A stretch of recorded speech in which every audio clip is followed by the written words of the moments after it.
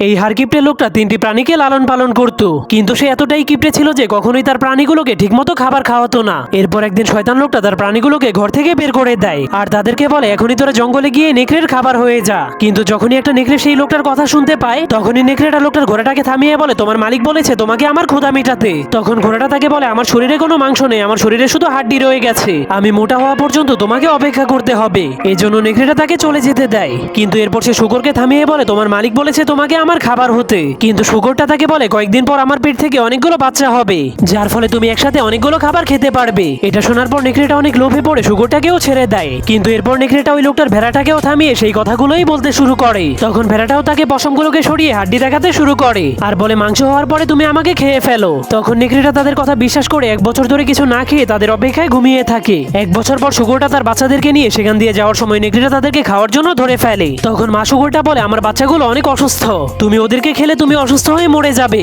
যা শোনার পর নেকড়েটা অনেক ভয় পেয়ে তাদেরকে ছেড়ে দেয়। কিন্তু তখনই শুকরটা আবারও নেকড়েটার কাছে গিয়ে বলে কানে কানে তোমাকে কিছু কথা বলবো। তখন নেকড়েটা কথা শোনার জন্য কান বাড়িয়ে দিলেই শুকরটা এবং তার বাচ্চারা তার কানগুলো ধরে টানতে শুরু করে দেয়। এরপর সে অনেক ভয় পেয়ে কসম করে আজকে থেকে সে আর কখনোই মাংস খাবে না।